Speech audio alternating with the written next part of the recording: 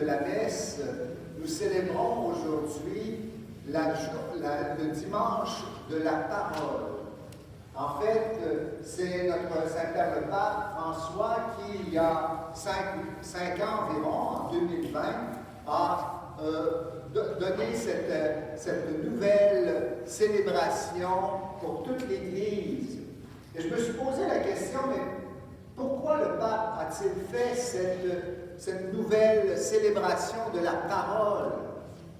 Et je me suis dit, bien, ça doit être parce que nous, catholiques, eh bien, nous n'apprécions pas suffisamment à sa juste valeur la parole qui nous vient de Jésus, qui nous vient de Dieu.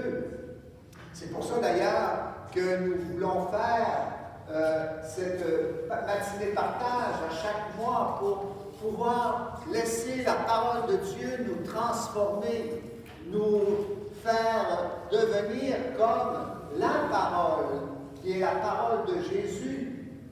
Et je me suis dit aussi, eh bien, que cette parole que nous célébrons à chaque dimanche, eh bien, il faut prendre conscience qu'elle n'est pas seulement une parole d'homme, comme par exemple l'évangéliste Saint-Luc, dont nous avons entendu un extrait, ou que ce soit Matthieu, ou que ce soit Marc, ou Jean.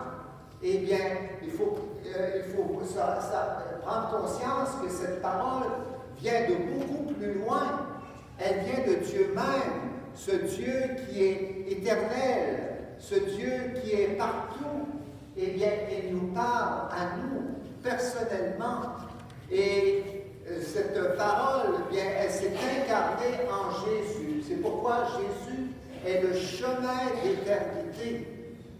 Jésus avait dit dans l'Évangile, « Je suis le chemin, la vérité et la vie. » Et cette parole, eh bien, elle ne passera pas.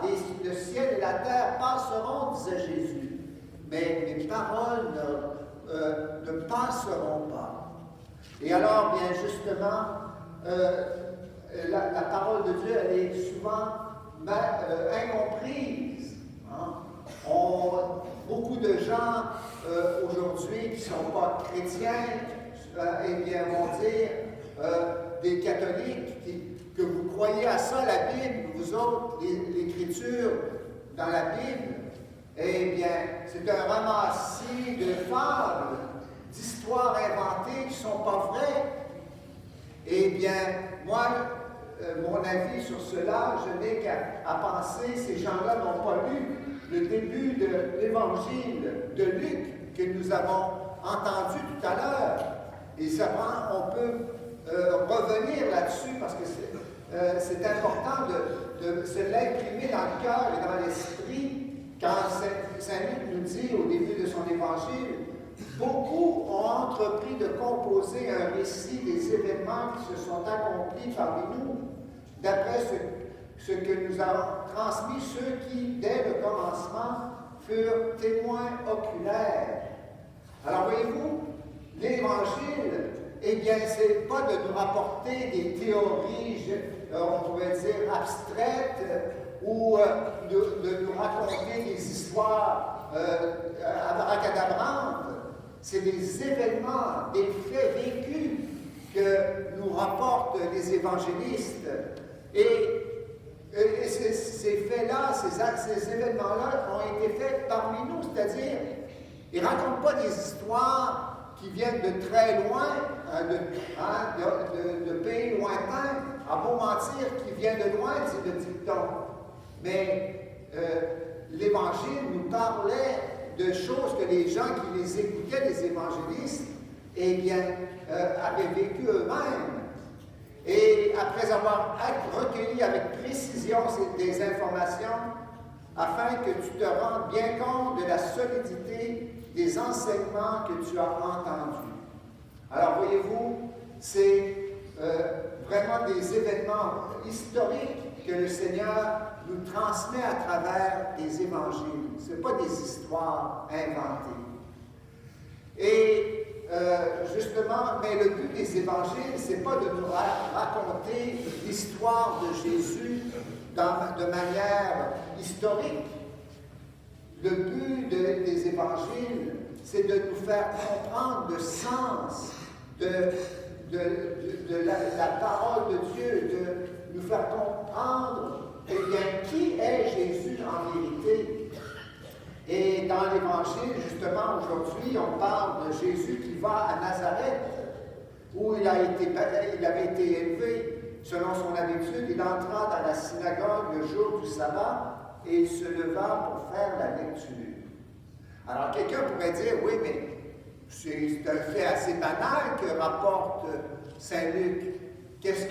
Pourquoi nous parle-t-il de Jésus qui vient à Nazareth et qui va à la synagogue et qui se lève pour faire la lecture? C'est quelque chose d'assez peu important.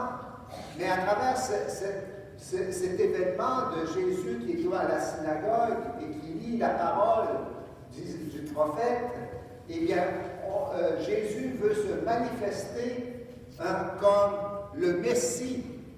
Pour les gens qui étaient là autour de lui dans la synagogue, il était simplement le fils du charpentier de Nazareth. Et Jésus nous montre par cette parole qu'il a proclamée dans la synagogue, eh bien qu'il était sous l'inspiration de l'Esprit Saint. Il était habité par l'Esprit d'amour de Dieu.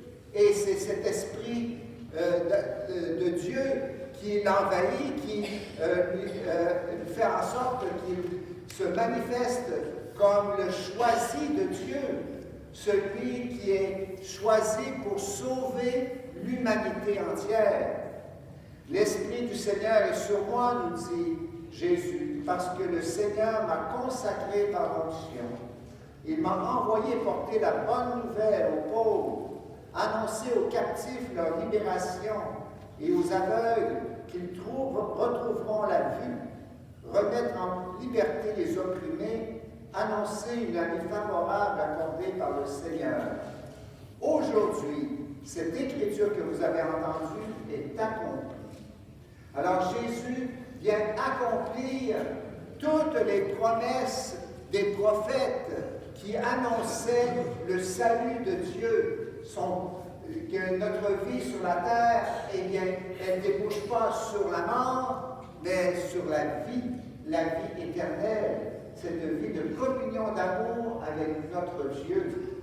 Alors, notre mission, qui est la mission de Jésus lui-même, c'est de libérer tous les humains qui sont emprisonnés en eux-mêmes et qui sont incapables de faire un pas vers les autres pour faire la paix.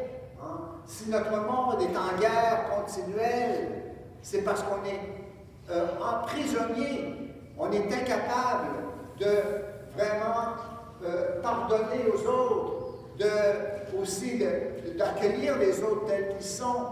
On a besoin justement de l'amour de Dieu pour pouvoir faire cette paix, pour pouvoir faire cette réconciliation avec les autres. Et c'est cela que Jésus apporte à chacun de nous. Si nous avons la foi, si nous croyons en lui, si nous avons confiance en lui, et surtout, si nous croyons en sa parole.